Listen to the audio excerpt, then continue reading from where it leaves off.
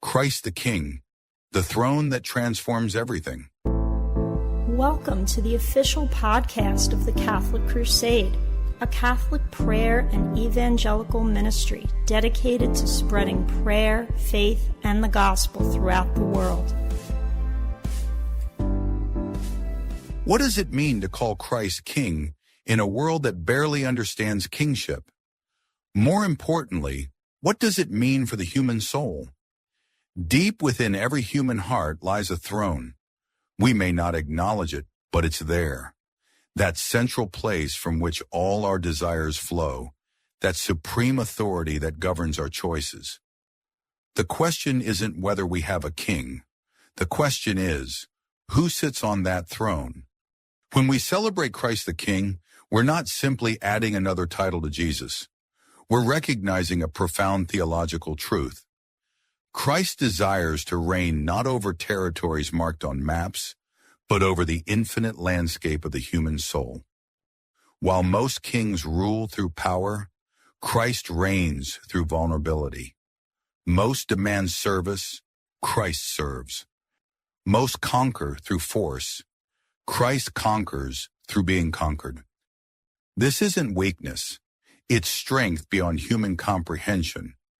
When Christ allowed himself to be crowned with thorns, he was revealing that true kingship means taking upon oneself the pain of one's subjects. When he stretched out his arms on the cross, he was showing that authentic authority embraces rather than excludes. Christ's kingship operates in three profound dimensions. First, he reigns over all creation. Every atom, every star, every blade of grass exists through him and for him. The laws of physics bow to him. Time itself serves his purposes. Second, he rules over history itself. Past, present, and future converge in his eternal now. Every human story, every rise and fall of nations, every personal triumph and tragedy finds its meaning in his grand narrative of redemption. But the third dimension is the most intimate, his reign over hearts. Christ doesn't want subjects who obey out of fear. He seeks friends who follow out of love. His kingdom advances, one surrendered heart at a time. Here's the beautiful paradox. When we crown Christ as King of our lives, we don't lose our freedom, we find it. Every false king we serve, whether pleasure, power, or pride, ultimately enslaves us. Only under Christ's reign do we discover what we were made for. It's like a fish insisting on its freedom to live on land. True freedom comes from living according to our nature, and our nature, stamped with the image of God, finds its fulfillment only when aligned with his will. But we live in theological tension. Christ already reigns. The outcome of history is settled, yet we don't see every knee bowed, every tongue confessing. Wars rage, injustice persists, hearts rebel. The feast of Christ, the King, reminds us that we live between his first coming and his second, between the establishment of the kingdom and its full manifestation.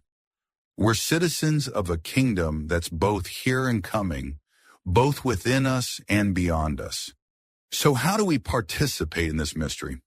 Not through political power or social dominance, but through the daily offering of our lives. Every act of genuine love extends his kingdom.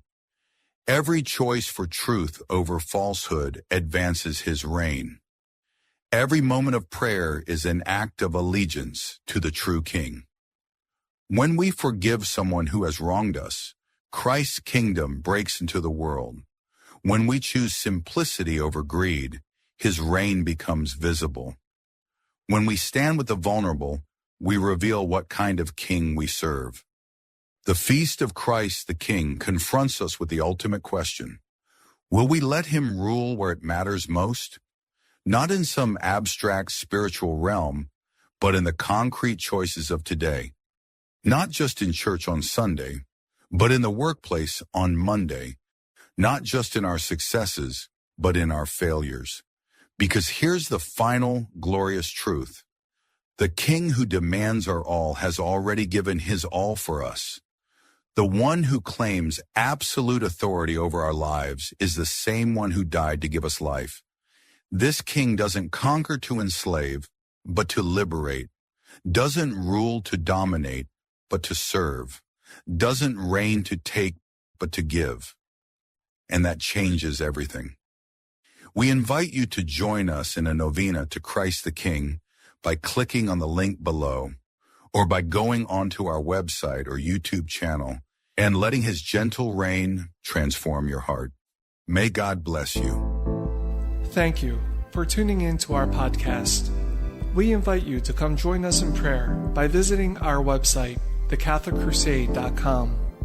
You can also find us on YouTube by searching The Catholic Crusade.